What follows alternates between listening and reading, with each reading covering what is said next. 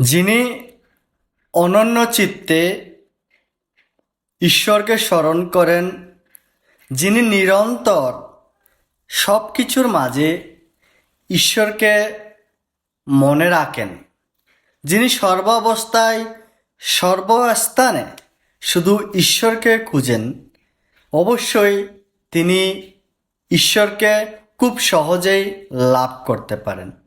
কারণ সে অবস্থায় ঈশ্বর তার কাছে খুবই সুলভ হয়ে থাকেন। গীতার 8ম অধ্যায়ের 14 নম্বর শ্লোকে এই কথাটাই বলা হয়েছে, অনন্য চেতাঃ সততং ইমাং স্মরতি নিত্যশঃ তস্যাহং সুলভঃ পার্থ নিত্যযুক্তস্য যোগিনঃ।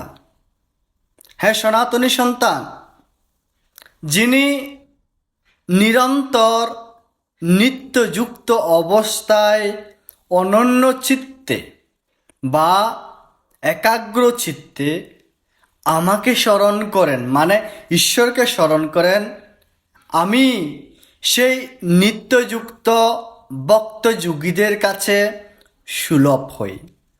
হ্যাঁ সনাতনী সন্তান, সর্বাবস্থায় ঈশ্বর স্মরণ রাখুন।